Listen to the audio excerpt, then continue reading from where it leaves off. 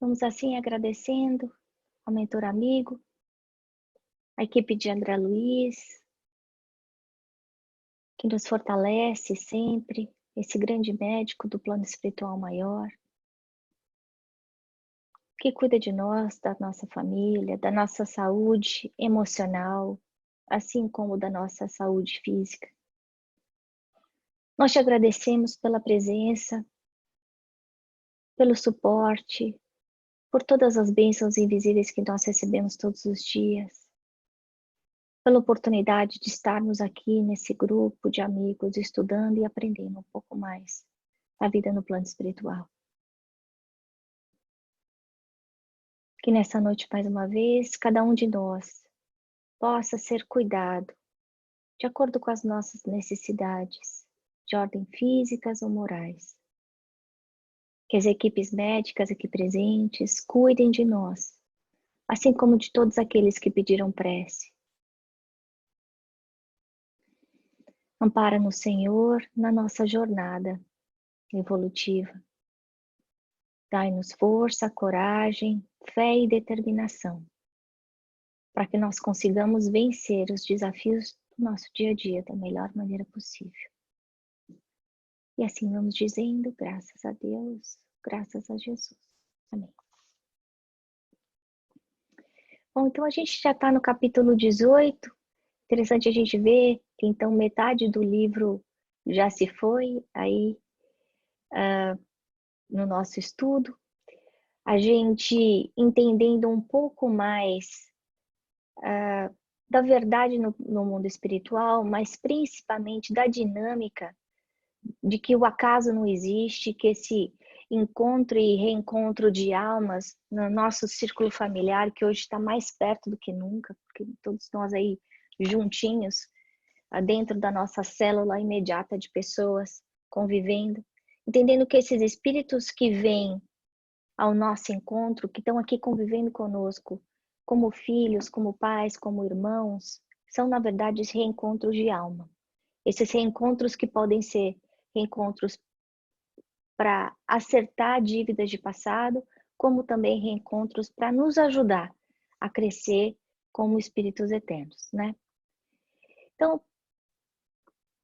interessante, ele começa, a gente viu no capítulo passado, a história do Mário Silva, né? Então, ele contando um pouco a versão dele do que aconteceu nessa vida e na vida anterior, na encarnação anterior.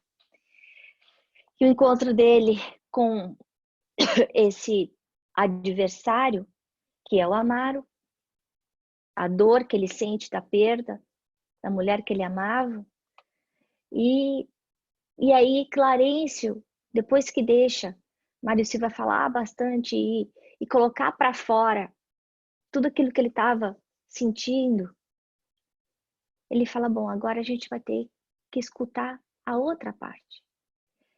Olha só, então tem duas lições importantes aqui. A primeira, a gente sabe que quando a gente está agitado, bravo, a gente fica surdo. Então não adianta, num momento de raiva, de desavença, a gente querer acertar qualquer aresta. A hora da gente conversar é quando a gente está calmo.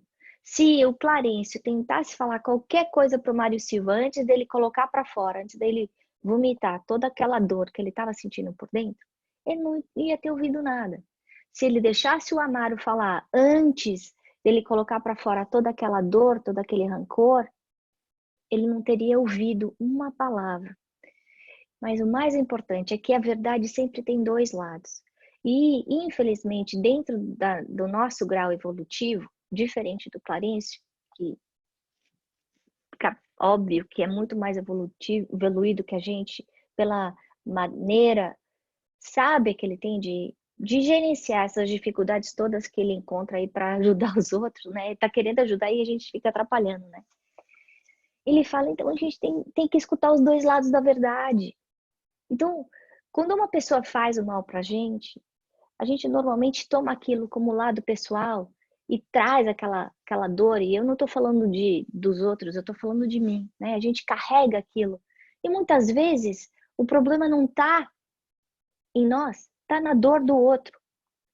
Que é difícil nós nos lembrarmos disso. E a gente se apega à coisa errada que aquela pessoa fez e transfere aquele ato ruim e denomina aquela pessoa de ruim. Sem entender as causas que geraram aquele tipo de comportamento. Uma coisa fácil da gente pensar é como a nossa habilidade de sermos pacientes diminui quando a gente está infeliz, quando a gente teve um dia difícil no trabalho. Qualquer coisa pega a gente do jeito errado. Ou quando a nossa paciência diminui quando a gente não consegue dormir por alguns dias, ou quando a gente está com muita dor. Para quem já passou por noites com problemas de sono, insônia crônica, ou que possui uma dor crônica que não passa, é muito difícil você conseguir ser paciente, amoroso, responder direito, e não tem nada a ver com o outro, tem a ver com o nosso mundo interior, naquilo que nós temos dentro de nós. Nesse caso, como o ponto da discussão era a briga, a disputa em relação a uma mulher que os dois tinham se envolvido numa encarnação, na encarnação atual e na encarnação anterior, aí nesse caso ele está tentando mostrar que é um reencontro e que cada um deles está trazendo aí aquela bagagem de reajuste que é necessário para que eles progridam mais para frente. Então, nesse exercício a gente pode fazer em casa, ainda mais num momento como esse, em que está todo mundo junto, aglutinado dentro do lar. Para quem tem filho, muitas vezes a gente tem sempre aquele que é mais irritadiço, mais briguento, e que, mesmo se a gente querer, a gente pode inicialmente já colocar a culpa naquela criança que é um pouco mais agitada, sem entender as duas partes, sem entender o que está acontecendo, sem entender a origem dessa irritabilidade. Pode ser a irritabilidade com o irmão, porque o irmão fez uma outra coisa, pode ser uma irritabilidade, como eu disse, por causa da situação, alguma emoção que está sendo aprisionada e que não está conseguindo ser bem expressada pela incapacidade literal que a criança tem, né? Pela imaturidade que ela tem.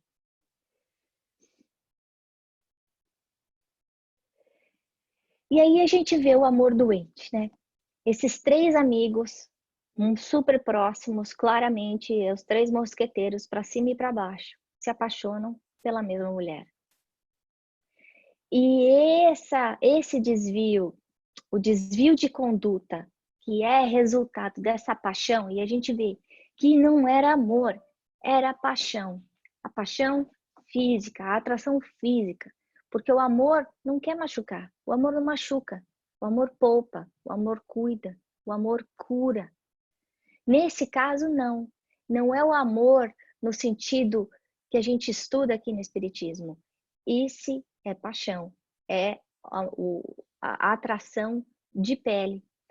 E porque eles seguem essa paixão, então, em vez de pensar com a cabeça, simplesmente reagiu com o instinto, eles atravessam mais de um século de resgate. Porque você vê que eles falam que a atração que eles sentiam, então, tanto o Amaro, quanto o Júlio, quanto o Mário Silva na vida anterior, foi imediata em relação à Lina. Então, quer dizer que eles já estavam se encontrando. Olha só que coisa. Então, a gente está falando fácil, a terceira encarnação juntas, tentando acertar uma aresta. Então, quantas vezes a gente acaba perdendo uma encarnação ou mais, simplesmente porque a gente não escutou o nosso gut feeling, a nossa consciência. Porque a gente vê aí o Amaro sabendo, ele tinha certeza de que ele estava fazendo a coisa errada. Ele simplesmente não conseguiu conter o instinto dele. E quanto sofrimento isso não trouxe? Não só sofrimento como assassinato, como suicídio, como uma perda de uma vida, como problema no casamento, abandono da família, e aí depois outro casamento que se termina por conta disso. Então a gente não tem consciência do efeito que alguns atos mal pensados que a gente tem pode ter na vida dos outros, né? Aquela sensação do papel picado, bem pequenininho, que é jogado de cima de um andar alto, de um arranha-céu, num dia de muito vento. Se você tentar catar todos os papeizinhos, vai ser praticamente impossível. Isso acontece com os nossos atos também. As sementes que a gente joga através da nossa conduta, elas acabam germinando em terrenos que a gente não tem ideia, tanto no fator do bem quanto no fator do mal. E daí, de novo, a nossa responsabilidade como pais de plantar essas sementes boas dentro dos corações dos nossos filhos. A semente da disciplina, da ética, do respeito à mulher, do respeito ao casamento, da fidelidade, esse monte de valores que a gente vê que estão meio fora de moda nos últimos tempos, mas que são fundamentais para que a gente tenha uma saúde mental equilibrada, para que a gente consiga ser feliz. Porque no final, esses 3 amigos e essa mulher, mais outras pessoas, acabaram sendo infelizes, simplesmente porque não souberam ouvir a voz da consciência, né? Isso vai acontecer com nossos filhos também. Essa impressão que a gente tem muitas vezes de que dar é mais importante do que ensinar, a gente acaba preparando eles para o sofrimento em vez de ser para a luta sadia, para a vitória, para a força interior, né? A gente tem que ensinar esses valores morais e agora, esse tempo é um tempo de fazer isso, de plantio e também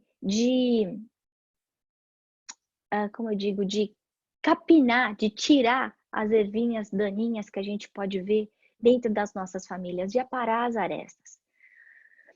Para que a sementeira que venha depois seja boa, seja forte, seja mais pura, né? Bom, e aí eu olhando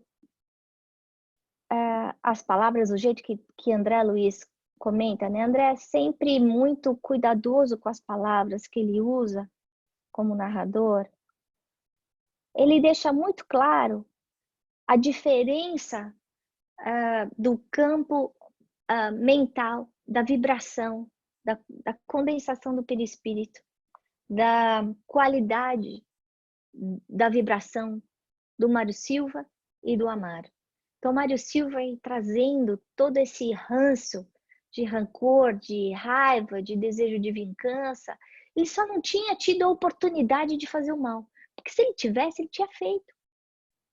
E o Amaro não. Ele já está na fase do arrependimento e do ajuste. Ele não está mais na fase de jogar e apontar o dedo. Ele está muito mais calmo. E essa é uma outra lição importante que a gente tem aqui. Que quando a gente está na primeira parte dessa curva de ajuste, que é a da raiva, da agitação, do ódio, do desejo de vingança, de fazer justiça, essa energia é uma energia doente, que adoece a gente. É uma loucura relativa. Nesse caso, no final do capítulo, não sei se é desse capítulo ou do outro, ele fala que o Mário Silva estava como um louco. Então, é a loucura que a gente vê, que a gente analisa nesse livro, não é a loucura do esquizofrênico que está dentro de um manicômio. Não. É a loucura da gente que não consegue conter e controlar e gerenciar os nossos sentimentos, as nossas emoções. Então, quando a gente tem um ataque de raiva, quando a gente quer subir no pescoço de alguém, quando a gente tem um desejo forte de querer matar, de vingar, nós estamos tendo um ataque de loucura.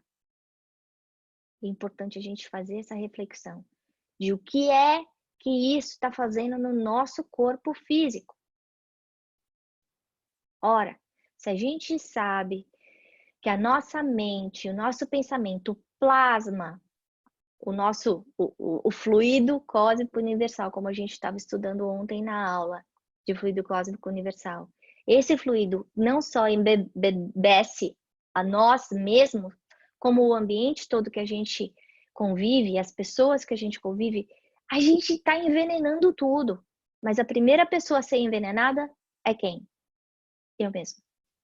Então, a doença aparece através da minha conduta mental, daqueles pensamentos repetitivos que eu venho de dor, de raiva, de medo, de desejo de vingança, de dor, enfim. E ninguém está dizendo aqui, não é que você não seja válido. Não, o Mário Silva tinha sido traído, de verdade, pelos 2 amigos dele. Mas ele tinha escolha de como lidar com essa emoção. O erro que foi feito pelo Júlio, pelo Amaro, vão ter o resultado para eles. Cada um é responsável pelos seus atos. O Amaro e o Júlio vão colher aquilo que eles plantaram. E eles já estão colhendo. A gente vê isso no livro. Exatamente o que o livro está mostrando, a justiça divina, a lei do amor. Esse livro aqui, Entre a Terra e o Céu, devia chamar Ação e Reação, que é o livro anterior que a gente fez. Porque ele está mostrando exatamente esse enlace forte que existe entre a sementeira e a colheita.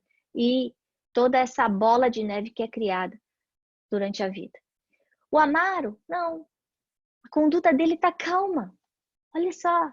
Ele também passou por frustrações, por dores.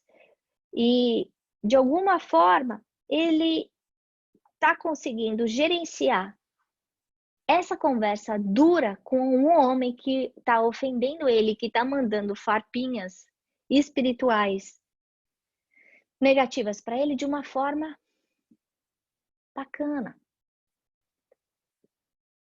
Ele já tem consciência do erro. Ele fala, eu acabei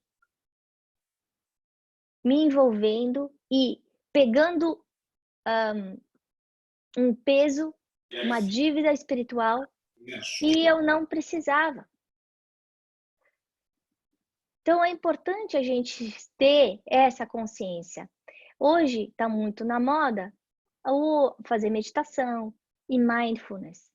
E é importante a gente lembrar disso. O mindfulness é exatamente isso. Não é o que o outro faz, mas é o que eu faço.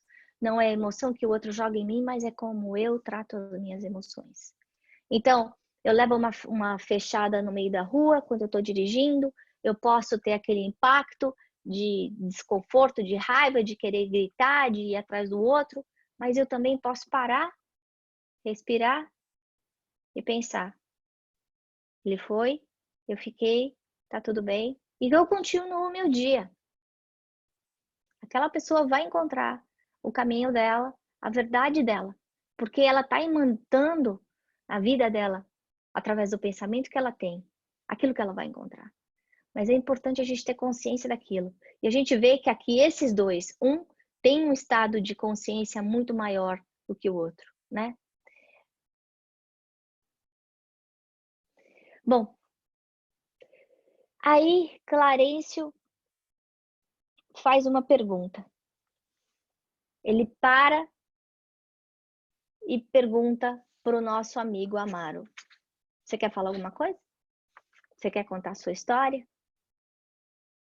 Então, para a gente ter, antes da gente julgar, a gente parar e pensar.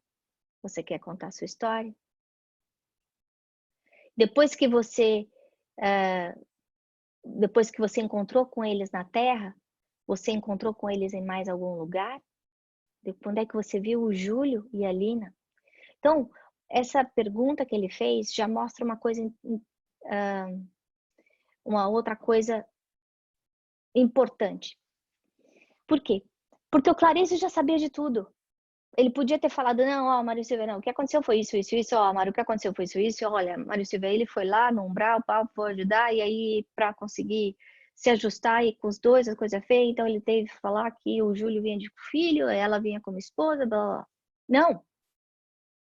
Por quê? Porque se lhe desse a receita, nenhum deles ia prestar atenção.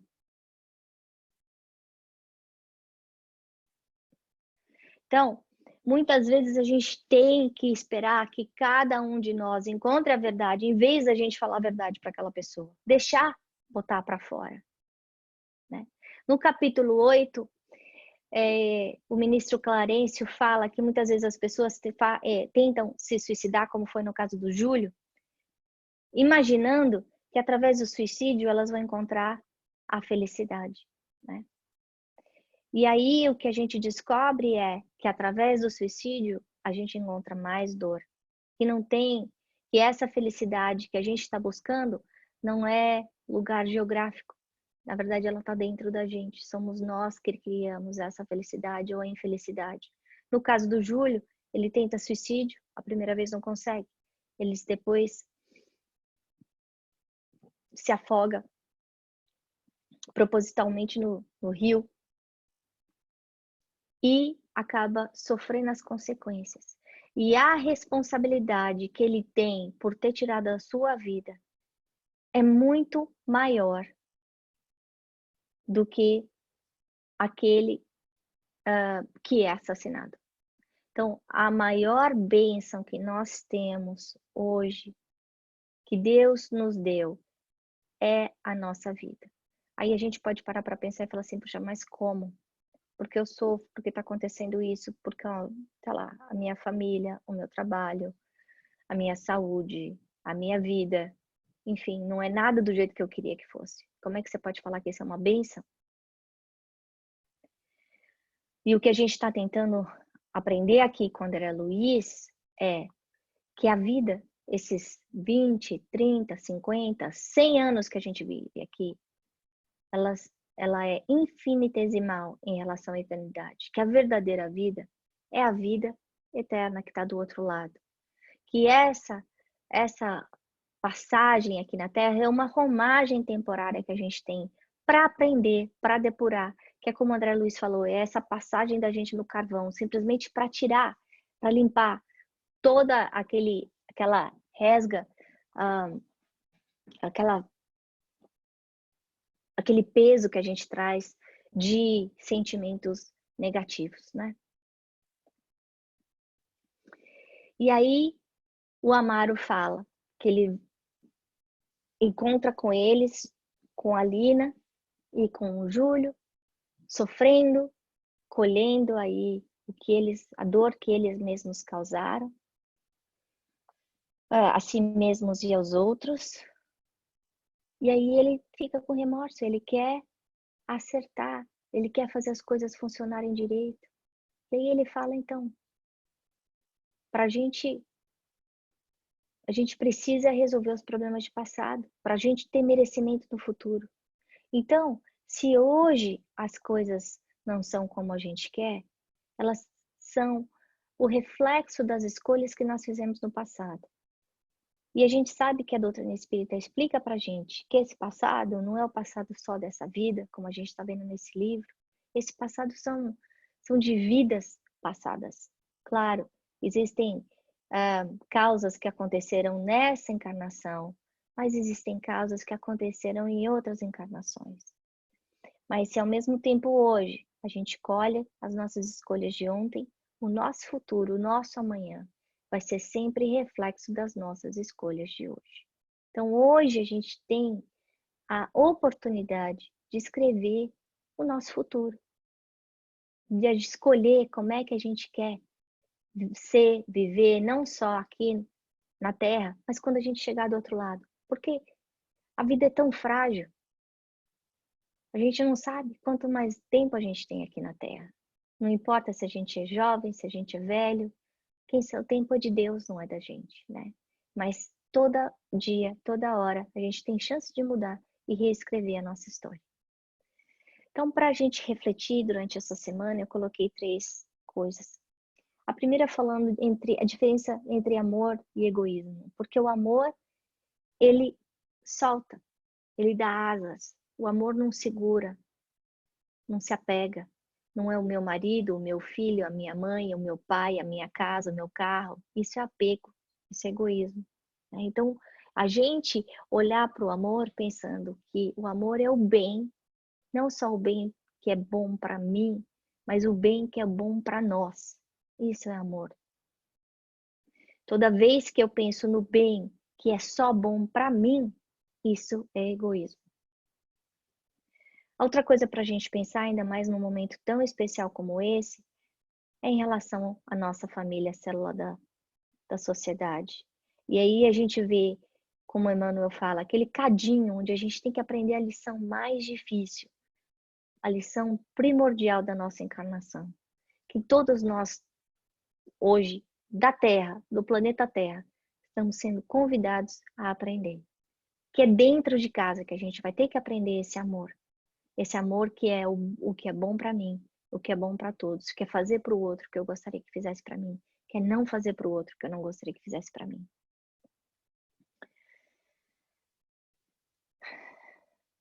E a terceira coisa é pensando na encarnação, como essa oportunidade de preparo, de despertamento consciencial que a gente tem, de crescimento como indivíduos, como espíritos eternos, para a gente parar e pensar, puxa, se eu tivesse que passar por uma avaliação semana que vem com São Pedro, né? Então cheguei lá, tô no portão para entrar no céu, e aí São Pedro fala assim: "E aí, o que você fez?" Se você fosse descrever em 3 palavras, qual é o legado que você deixou? Como é que as pessoas que conviveram com você vão descrever você?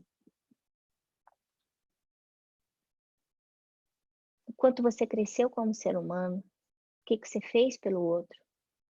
Ninguém vai perguntar quantas casas você teve, qual tipo de carro você teve, qual foi o cargo que você ocupou. Não.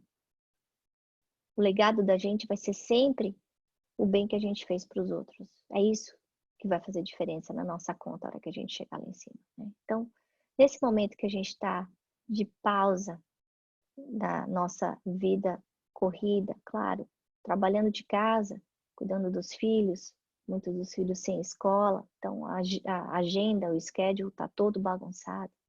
Mas a gente tem a oportunidade de repensar os valores que a gente está colocando dentro das nossas vidas. Uma coisa que eu estava ouvindo hoje que me fez pensar também é que esse vírus ele ataca o quarto chakra, que é o chakra cardíaco, que é onde a gente segura as nossas emoções, os nossos sentimentos. Então, a gente lembrar, então, de tratar esses sentimentos que a gente tem, que estão presos aí na nossa área respiratória, nossa área pulmonar. Por que será que é aí? E não é no chakra laríngeo? Ou não dorme, não é que cai o pé? Não, é aqui, ao lado do coração, ao lado das emoções. É o que a gente precisa aprender mais como indivíduos. Não é a Ana, ou a Maria, ou a Josefina, ou o João. Não, somos nós, criaturas, seres humanos. Né? Porque isso está passando, é uma prova para todos nós, né? Todos nós juntos. Bom, era isso que eu tinha para falar para vocês nessa noite. E agora eu vou tirar todo mundo do mute para quem quiser fazer alguma perguntinha, algum comentário antes da gente encerrar. Tá ouvindo? Agora tô. Ai, desculpa.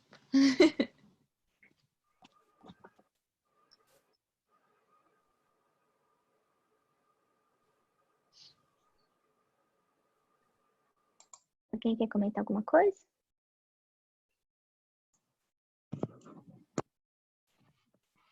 Eu quero comentar. Oi, Cris. Oi. Quando observando, né, aquele tudo como que a situação começou, que ela conheceu o Esteves, né, a Lina, e estava para ter um casamento, e se tudo não tivesse desandado, ela poderia realmente ter tido uma vida, né, feliz e tudo mais.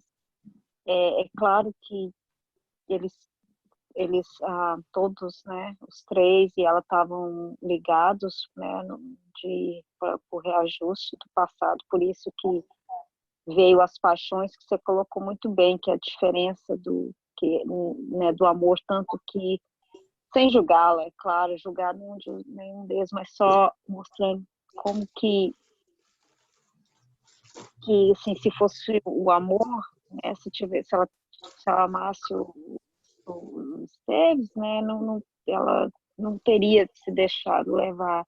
E que tristeza, porque ela acabou tendo uma vida muito sofrida, né, sozinha, mas é, sempre tem, isso serve para gente pensar tudo sempre nos momentos, em qualquer situação, que a misericórdia divina sempre mostra, sempre tem a situação que é a situação que vai evitar.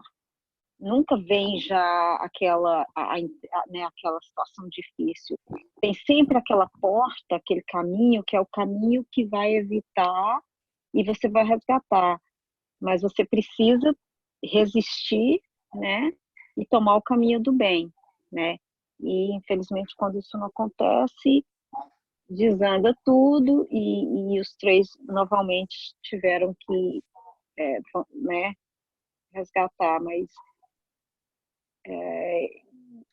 no caso dela, né, como Esteves, só achei isso, né, que tinha que comentar sobre isso. Eu acho que você falou super importante, porque não é Deus querendo que um deles sofresse mais ou menos, não, foi a escolha deles, foi o livre-arbítrio de cada um que fez esse sofrimento aparecer. E o próximo capítulo que a gente vai estar escutando aí, o Júlio, a gente vai ver que as dores que ele está passando foram causadas por ele mesmo, por causa da tentativa de suicídio. Então, essa tomada de consciência de que nós somos os construtores da nossa felicidade ou infelicidade. Sempre. A gente sempre pode piorar as coisas, ou melhorar, né? Eu acho, Ana, que ouvindo um pouco essa história, né, e André Luiz, diante a jornada que ele narra, né, dos livros que ele escreveu, fala muito sobre as energias. Ontem a gente falou sobre o fluido cósmico universal, e ele discorre em várias situações onde ele presencia encontro de seres encarnados, né, de pessoas encarnadas. Ele fala sobre essa energia, esse fluido saindo de uma pessoa para outra, né? Então, quando você está às vezes um encontro casual, você encontra uma pessoa que você tem uma afinidade, e ele consegue demonstrar o momento que essa afinidade se transforma em algo diferente, né? Em uma energia que nem no caso dessa história, que não deveria estar ali, né? Que essa energia da paixão, às vezes até doentia, ou do desejo carnal, que às vezes cega as pessoas, né? E aí ele mostra, e ele é interessante ele vendo como espírito, né? Essa energia fluindo, né? E ele narra como se fosse mesmo um laço saindo, essa energia saindo de uma pessoa e abraçando a outra. E se a outra corresponder, isso acontece mesmo, né? Então acaba acho que é interessante ver quanto isso está associado aos dois lados. Porque se de um lado tiver uma energia positiva, essa energia vai se dissipar. A energia da pessoa que está tentando, de alguma forma, influenciar, vai se dissipar, né? Então, acho que é importante a gente estar sempre vigilante, né, com isso, porque para esse tipo de situação acontecer, como neste caso, foram dois lados, né? Foram dos rapazes, né, que se envolveram, e também dela. Então, de novo, sem fazer julgamento, mas a questão que eu vejo é o quanto a gente precisa estar vigilante, Porque às vezes a gente se vê numa situação como essa e não sabe como sair. E é simples, é manter a fé, é manter a serenidade e pensamentos positivos, né? Vibrações positivas, porque isso vai se dissipar, voltar para o universo de uma outra forma, né? Como eu enxergo. E se a gente for pensar, né, 2 capítulos atrás, isso que você falou, acho que é super importante. Se o Amaro tivesse respondendo na mesma altura, na mesma vibração negativa, a conversa tinha virado uma briga de gato, né? Então, simplesmente ele estava tão calmo que ele estava chegando a irritar o Mário Silva. Mas era através dessa calma, dessa neutralidade, ele estava se protegendo, né? Porque aquela raiva, aquela loucura ficou imantada só nele. Mas isso a gente pode fazer isso e é muito difícil. Porque é muito mais fácil a gente fazer o tomar lá da cá do que a gente manter o nosso equilíbrio zen na hora que o bicho pega dentro de casa, fora de casa, né? E é esse chamamento que você fez, eu acho que é super importante, porque a hora que você junta essas duas energias negativas, e não são só esses dois, como a gente viu, porque o fluido cósmico universal, ele não é circunscrito à Terra, ele é cósmico, né? Então, de repente, faz assim, e aí é essa hora que a gente sente o sangue subindo, que a gente vê caso de morte, de coisas horrorosas acontecendo. Simplesmente porque a gente perde o controle, né? E outra coisa que me chama a atenção é quando você falou da questão da família, né, dos laços familiares. E eu lembro de ter estudado pelo menos um ano sobre isso, sobre laços familiares na Federação Espírita de São Paulo. É impressionante como você olha, através de fatos até, né? Casos de violência doméstica ou de violências contra a mulher, acho que mais de 90% é dentro do núcleo familiar. E de caso de assédio sexual e até de estupro de juvenil, também é no laço familiar. Não necessariamente no primeiro nível familiar, que é pai e mãe, mas entre familiares próximos, né? Tios e avós, enfim, e pessoas que frequentam o núcleo familiar daquela criança. É muito triste, é muito alarmante isso, né? O quanto... E aí acho que tem tudo a ver com essa questão que você trouxe, que é o karma, né, das que esses espíritos trazem de vidas passadas, e infelizmente, né, por Deus nos dar essa oportunidade de esquecermos o que fomos nas vidas passadas para a gente poder desenvolver o amor puro, né, e desenvolver e demonstrar através das nossas atitudes e cultivar o amor dessa nova encarnação, muitas pessoas perdem essa oportunidade, né, passam por isso e acabam voltando àquela vibração que trazem do passado e acabam penando mais uma encarnação e às vezes mais outra até em conseguirem trocar essa vibração, né, que eles trazem do passado. Mas acho que o núcleo familiar pelo menos pelo que eu estudei, pelo que eu aprendi, um dos lugares onde a gente precisa mais prestar atenção, porque normalmente nós não estamos juntos por acaso, né? Nós escolhemos estar naquela família, né? Ou fomos escolhidos para estar lá. Então, é muito importante olhar para dentro de casa, né? Para dentro da gente. É isso aí. Essa história da gente falar, eu não pedi para nascer, ou eu não escolhi você como pai, como mãe, como filha, é tudo mentira. A gente escolheu sim e a gente pediu para nascer sim. Então, isso é bem importante que você falou. Obrigada. Mais um comentário e a gente encerra. Mais alguém quer falar alguma coisa? Eu posso falar? Fala, mamãe. Primeiro, eu queria exteriorizar gratidão por esse encontro que realmente teve um impacto muito especial no meu coração.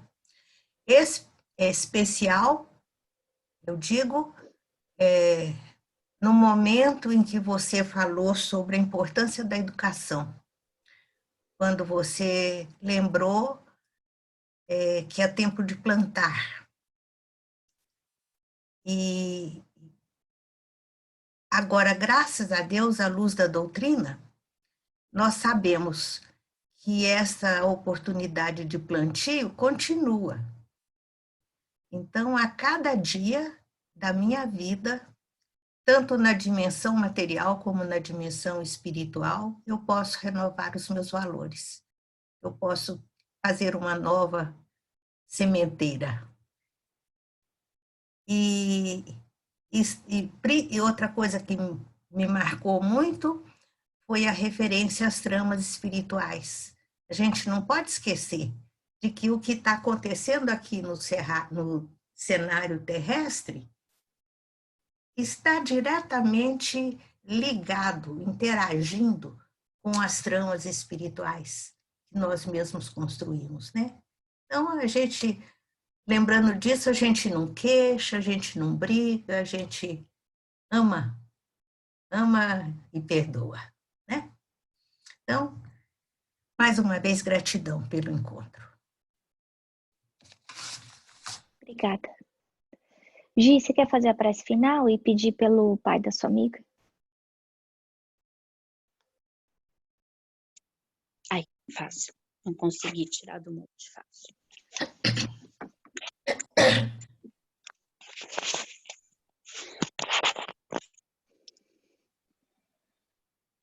Senhor Jesus,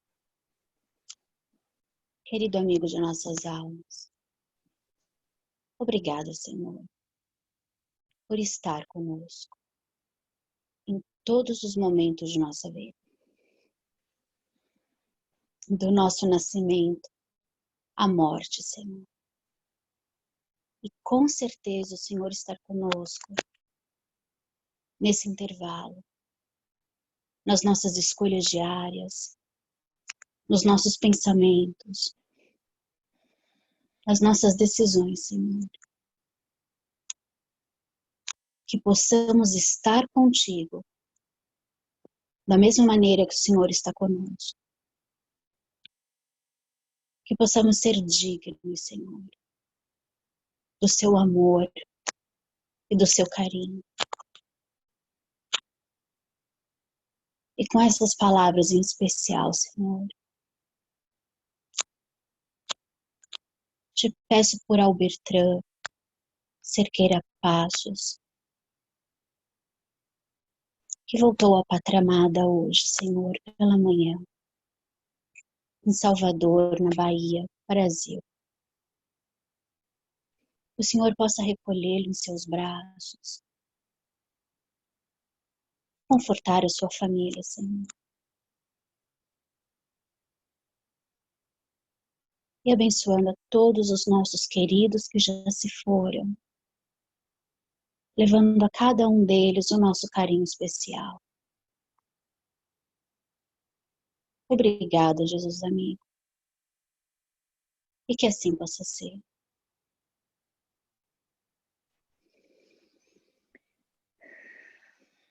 Graças a Deus.